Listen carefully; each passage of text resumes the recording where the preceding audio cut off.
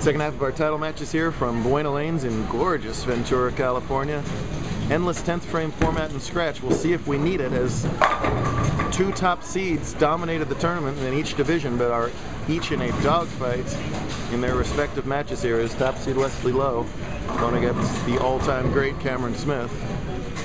Right now Cameron has a 11-pin lead, double working here in the 8th frame to extend to 21. The match is not over until someone doesn't strike on their fill ball. Cameron got really lucky to double with the Brooklyn on the left-hand lane and almost gets a supremely lucky 3-bagger. Instead it's just a 6-pin. He's miserable about it, as he usually appears to be. Tough spares on the corners today because there's just so much friction early and to the left. Nice job flattening that completely out to cover up that spare. Cameron will also do a flat out, almost a back. Woo! I couldn't even finish the phrase. Almost a backup ball that he's been developing on those corners, and just barely shaves that 6-pin for the spare. Goodness. Mount Smith might have lost a few feet of elevation had that one missed, but it didn't. Hugelmaier pretty much has to strike here in the 9th frame. And will it trip the 2? No. So he can only strike out now for 190 scratch. Right now Andrew's in the 2 teams scratch and giving 6 pins. So the tournament's on his hand. If he can strike here, it's over. But, as is so easy to do on this pattern, just a pinch left or a pinch cut off, and that ball will roar across the head pin. Lucky to only leave the 5, and look out. Yep, the ball stops and covers the 2. Bowler of the Year implications left and right this time of year. There's only one more regular season event before the Invitational. Austin Thompson had the lead in the handicap. He should maintain it, I believe. KJ didn't do much this weekend. Jake wasn't here. Shauna was in. Megan made both cuts, but no finals. Oh no. And meanwhile, I said if you cut it short, it's roaring, and it roared. You saw how much friction there is. And that open gives Hugelmaier a second chance. He's going to have to shake it off.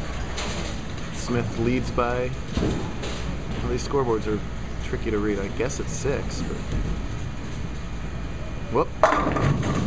It's got that little rollout thing going. That looked like that was going to go a lot higher, but that rolled out about 5 feet in front of the pins.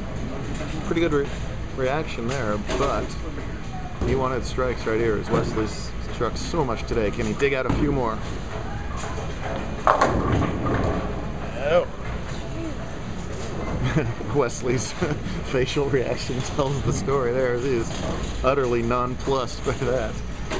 2 more corner pins for each bowler to pick up here. Look out. Oh. And right after Kyle whiffs the 5, Cameron makes the same physical mistake, got a little lazy, and you're going to blow right by those pins. Misses the 4.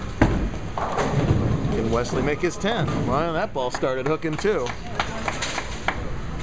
So Lowe trails now by only 1 pin heading into the 10th frame. If either of them strike on their fill ball, they get the opportunity to continue to strike as long as they string them. That does not apply to handicap here, and in the handicap division, Hugelmaier trails by 4 but gets 6 pins of handicap. So overall, it's a 2-pin lead for Peter here in the 10th frame. My goodness, did this just get quiet and interesting? Silence. There's a lot of people watching. Can't give up count. Oh man!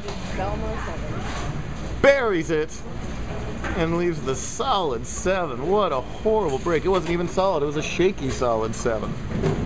Well, not that bad a result. He loses 1 pin a count. So he stays in the lead count-wise. If spare strike, I believe, still makes Andrew's double. Let's see about the spare first of all. We just saw 2 single pin misses. And that was nicely done. Wow. He covered every board on the lane to cover that spare. I just want to interject right here. Doesn't he look like a young Fagan? Fagan? Yeah, yeah, he does. I don't think so. I've been thinking that all weekend long. I think he looks like Derek. Derek? Yeah. I think if you had some, like a little Yeah, get him like a cardigan. And then the pink, yeah. I see it. I don't know. Yeah, but this is a huge fill ball, by the way. Oh, and that 8 pins is not enough to force the issue here. So 191, he's getting 6, so figure that's 197. Kyle's on an open. It's as simple as this. He needs 20 pins in any combination to win by a pin.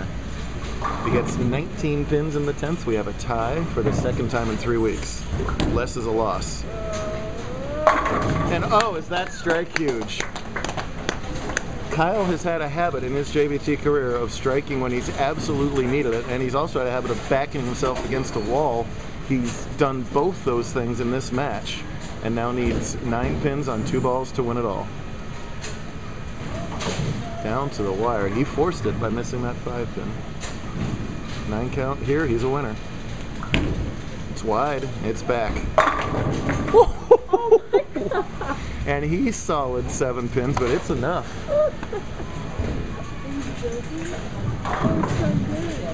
Let's make very sure before we say anything. Oh, no, he still needs to make this, I guess. Sorry, he needs the 20 to win, right? Yeah. He has to make this 7 pin. Has to make it to win. Oh, and we're tied. He almost 7-9 to lose. And we are tied up in the handicap division, so they've got some overtime. So in our endless 10th frame format, it might be the handicap division going to overtime, not Scratch. Scratch has to finish first, and it's Cameron trailing rather by 5 pins. 5-ish, depending on Wesley's count. Here we go. And he goes through the faces. 7 10s. What is going on in the last 5 minutes here? Wesley will win with any mark. I know that much.